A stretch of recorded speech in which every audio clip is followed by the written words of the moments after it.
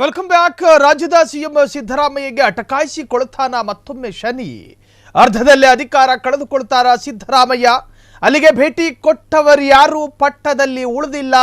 4 ಸಿಎಂಗಳಿಗೆ ಆದ ಗತಿಯೇ ಸಿದ್ದರಾಮಯ್ಯರಿಗೂ ಬರುತ್ತಾ? 2.5 ವರ್ಷ ಪೂರ್ಣಗೊಳಿಸಿ ಅದಾದ ನಂತರ ಮತ್ತೊಬ್ಬರಿಗೆ ಅಧಿಕಾರ ಹಸ್ತಾಂತರ ಮಾಡಿ ಖಾಲಿ ಕೈಯಲ್ಲಿ ಮೈಸೂರಿಗೆ ಹೋಗ್ತಾರ. ಅಲ್ಲಿಗೆ ಭೇಟಿ ಕೊಟ್ಟವರು ಯಾರು ಪಟ್ಟದಲ್ಲಿ ಉಳಿದಿಲ್ಲ. ಹಾಗಾದ್ರೆ ಎಲ್ಲಿಗೆ ಭೇಟಿ ಕೊಟ್ರೆ 4 ಸಿಎಂಗಳಿಗೆ ಆದ ಗತಿಯೇ ಸಿದ್ದರಾಮಯ್ಯರಿಗೂ ಬರುತ್ತಾ ಎನ್ನುವಂತಹ ಪ್ರಶ್ನೆ. ಸಿದ್ದರಾಮಯ್ಯ ಹೆಗಲೇರ್ತಾನ ಶನಿ. ಸಂಕಷ್ಟಕ್ಕೆ ಕೌಂಟ್ ಡೌನ್ ಶುರುವಾಯ್ತಾ? ಪವರ್ ಶೇರಿಂಗ್ ಅರ್ಥಾತ್ ಅಧಿಕಾರ ಹಂಚಿಕೆ ಫೈಟ್ ಹೊತ್ತಲ್ಲೇ ಇಂತಹದ್ದೊಂದು ಡೌಟ್ ಶುರುವಾಗಿದೆ. ಕಾರಣ ಇವತ್ತು ಪಾವಗಡಕ್ಕೆ ಸಿಎಂ ಸಿದ್ದರಾಮಯ್ಯ ಭೇಟಿ ಕೊಡಲಿದ್ದಾರೆ. ಇಲ್ಲಿಗೆ ಬಂದ ಸಿಎಂಗಳು ಶನಿದೇವರ ಕೋಪಕ್ಕೆ ಸಿಎಂಗಳು ತುತ್ತಾಗ್ತಾರೆ ಎನ್ನುವುದು ಅಲ್ಲಿನ ವಾಡಿಕೆ ಅರ್ಥಾತ್ ನಂಬಿಕೆ. ಹೀಗಾಗಿ ಮುಖ್ಯಮಂತ್ರಿಗಳು ಸಾಮಾನ್ಯವಾಗಿ ಪಾವಗಡಕ್ಕೆ ಹೋಗೋ ಸಂಪ್ರದಾಯ ಇರೋದಿಲ್ಲ. ಸಿಎಂ ಸಿದ್ದರಾಮಯ್ಯಗೆ ಅಟಕಾಯಿಸಿಕೊಳ್ತಾನ ಹಾಗಾದ್ರೆ ಶನಿ. ಕಾರಣ ಸಿದ್ದರಾಮಯ್ಯ ದೇವರು ಅಂದ್ರೆ ಒಂದು ಸ್ವಲ್ಪ ದೂರ, ಕಿವಿ ಮೇಲೆ ಹೂವು ಇಟ್ಕೊಳ್ಳೋದು ಅಂದ್ರೆ ಒಂದು ಸ್ವಲ್ಪ ದೂರ, ಹಣೆ ಮೇಲೆ ತಿಲಕ ಇಟ್ಕೊಳ್ಳೋದು ಅಂದ್ರೆ ಒಂದು ಸ್ವಲ್ಪ ಇರಿಸು ಮುರಿಸು, ಹಿಂಗೆಲ್ಲ ಇದ್ದಾಗ ಶನಿದೇವರ ಸಾನ್ನಿಧ್ಯಕ್ಕೆ ಹೋದವರು ಸ್ವಲ್ಪ ಪಟ್ಟ ಕಳ್ಕೊಳ್ಳುವಂತಹ ಕೆಲ ಇತಿಹಾಸ ಇದೆ ಎನ್ನುವಂಥದ್ದು ಯಾರಾದರೂ ಸಲಹೆ ಕೊಟ್ಟಾಗ ಸುಮ್ಮನಿದ್ದು ಬಿಡು ಅಂದ್ಬಿಡ್ತಾರೆ ಸಿಎಂ ಸಿದ್ದರಾಮಯ್ಯ. ಆಧ್ಯಾತ್ಮಿಕವಾಗಿ ತೀರಾ ನಂಬಿಕೆ ಇಲ್ಲ ಅಂತ ಹೇಳೋದಿಲ್ಲ, ಅವರ ವ್ಯಾಪ್ತಿಗೆ ಎಷ್ಟು ನಂಬಿಕೆ ಬೇಕೋ ಅಷ್ಟು ಇಟ್ಕೊಂಡಿದ್ದಾರೆ. ಸೊ ಪಾವಗಡಕ್ಕೆ ಸಾಮಾನ್ಯವಾಗಿ ಯಾವುದೇ ರಾಜ್ಯದ ಸಿಎಂ ಹೋಗುವಂತಹ ಸಂಪ್ರದಾಯ ಇಲ್ಲ. ಹೋಗ್ತಾರೆ, ಬಟ್ ಅತ್ಯಂತ ಅಪರೂಪದ ವ್ಯಕ್ತಿತ್ವಗಳು ಹೋಗ್ತಾರೆ. ಯಾಕೆ ಹೋಗಲ್ಲ ಅಂತ ಕೇಳಿದ್ರೆ ಅಲ್ಲಿ ಶನಿ ದೇವರ ಕೋಪಕ್ಕೆ ತುತ್ತಾಗ್ತಾರೆ ಎನ್ನುವಂತಹದ್ದು ಪ್ರತೀತಿ, ನಂಬಿಕೆ. ಈ ಹಿಂದೆ ಸಾಕಷ್ಟು ಬೇರೆ ಬೇರೆ ರಾಜ್ಯಗಳ ಸಿಎಂಗಳ ಇತಿಹಾಸದಲ್ಲಿ ಘಟಿಸಿ ಹೋಗಿದೆ. ಅದನ್ನು ಮುಂದಿಟ್ಕೊಂಡು ಸಿಎಂಗಳು ಅಧಿಕಾರಗಳನ್ನೇ ಕಳ್ಕೊತಾರೆ ಎನ್ನುವಂಥ ಪ್ರತೀತಿ ಇದೆ. ಅರ್ಧದಲ್ಲೇ ಹಾಗಾದ್ರೆ ಅಧಿಕಾರವನ್ನು ಕಳೆದುಕೊಳ್ತಾರ ಎನ್ನುವಂಥ ಪ್ರಶ್ನೆ ಉದ್ಭವ ಆಗಿದ್ದು ಯಾಕಂತ ಹೇಳಿದ್ರೆ ನಮ್ಮ ಸಿಎಂ ಸಿದ್ದರಾಮಯ್ಯನವರು ಕೂಡ ಪಾವಗಡಕ್ಕೆ ಹೊರಟಿದ್ದಾರೆ ಅನ್ನೋದು. 4 ಸಿಎಂಗಳಿಗೆ ಆದ ಗತಿಯೇ ಸಿಎಂ ಸಿದ್ದರಾಮಯ್ಯನವರಿಗೂ ಆಗುತ್ತಾ ಎನ್ನುವಂತಹ ನೋಡಿ. ಅಧಿಕಾರ ಹಂಚಿಕೆಗೆ ಸಂಬಂಧಪಟ್ಟ ಹಾಗೆ ಈಗಾಗಲೇ ಬಹಳಷ್ಟು ಚರ್ಚೆಗಳಾಗಿವೆ. ಪಾವಗಡಕ್ಕೆ ಭೇಟಿ, ಯಾರಿಗೆಲ್ಲ ಅಧಿಕಾರ ನಷ್ಟ. ಈ ಹಿಂದೆ ಯಾರ್ಯಾರು ಅಧಿಕಾರ ಕಳ್ಕೊಂಡಿದ್ರು? 1980 ಆರ್ ಗುಂಡೂರಾವ್ ಭೇಟಿ, ಮಧ್ಯದಲ್ಲೇ ಅಧಿಕಾರ ನಷ್ಟ ಆಯಿತು. 1990 ವೀರೇಂದ್ರ ಪಾಟೀಲ್ ಭೇಟಿ, ಕೆಲವೇ ದಿನದಲ್ಲಿ ಸಿಎಂ ಪಟ್ಟದಿಂದ ಕಿಕ್ ಔಟ್. 1992 ಎಸ್ ಬಂಗಾರಪ್ಪ ಭೇಟಿ ಕೊಟ್ಟಿದ್ರು, ಪೂರ್ಣಾವಧಿ ಪೂರೈಸದೆ ನಿರ್ಗಮನ ಆದರು. 2007 ಎಚ್ ಡಿ ಕುಮಾರಸ್ವಾಮಿ ಭೇಟಿ, ಅರ್ಧಕ್ಕೆ ಪದವಿ ಗಂಡಾಂತರ. ಬಿಜೆಪಿ ಜೆಡಿಎಸ್ ಮೈತ್ರಿಯಲ್ಲಿ ಸಿಎಂ ಆಗಿದ್ದಾಗ ಪಾವಗಡಕ್ಕೆ ಭೇಟಿ ಕೊಟ್ಟು ಕುರ್ಚಿಯಿಂದ ಕೆಳಗಿಳಿದಿದ್ರು.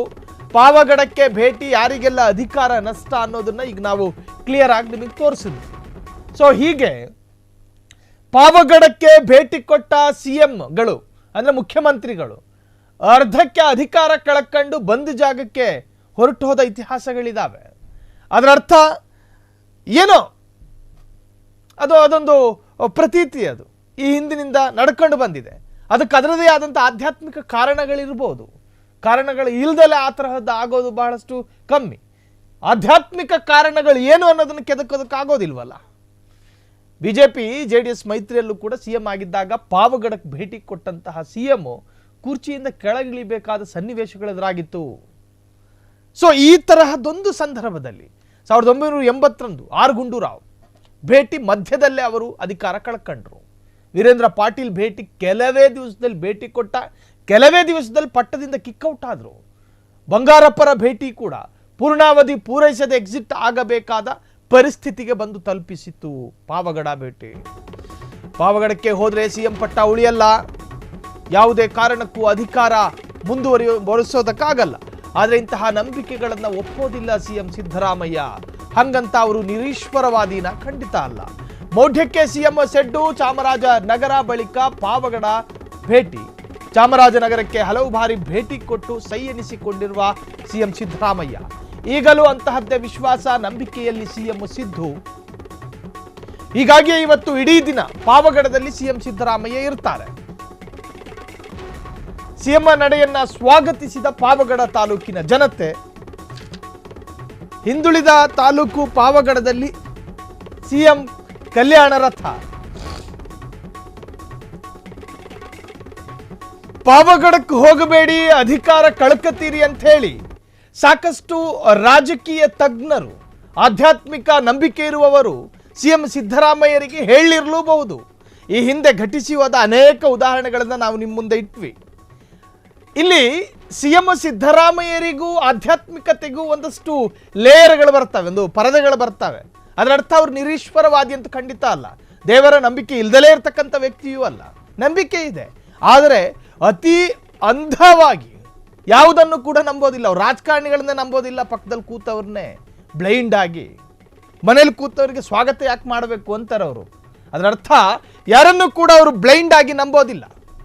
ಪಾವಗಡಕ್ಕೆ ಹಿಂದೆ ಹೋದ ಸಿಎಂಗಳ ಸ್ಥಾನಗಳು ಕಳ್ಕೊಂಡಿರುವ ಇತಿಹಾಸ ಗಮನಿಸಿ ಅದನ್ನು ನೋಡಿಯೂ ತಿಳಿದುಕೊಂಡ ಸಿಎಂ ಸಿದ್ದರಾಮಯ್ಯ ಪಾವಗಡಕ್ಕೆ ಹೊರಟಿದ್ದಾರೆ ಅನ್ನೋದಾದರೆ ನಿಜಕ್ಕೂ ಕೂಡ ಇದು ಒಂದು ತರಹದ ಧೈರ್ಯವೇ ಸರಿ. ಸೊ ಏನಾಗಬಹುದು ಪಾವಗಡದ ಭೇಟಿಯ ನಂತರ ನೋಡಬೇಕಷ್ಟೆ. ಕ್ಷಣ ಕ್ಷಣದ ಸುದ್ದಿಗಳಿಗಾಗಿ ಫ್ರೀಡಂ ಟಿವಿ ಸಬ್ಸ್ಕ್ರೈಬ್ ಮಾಡಿ, ಲೈಕ್ ಮಾಡಿ ಹಾಗೂ ಫಾಲೋ ಮಾಡಿ. ಹೊಸ ಸುದ್ದಿಗಳ ನೋಟಿಫಿಕೇಶನ್ಗಾಗಿ ಬೆಲ್ ಐಕಾನ್ ಮೇಲೆ ಕ್ಲಿಕ್ ಮಾಡಿ.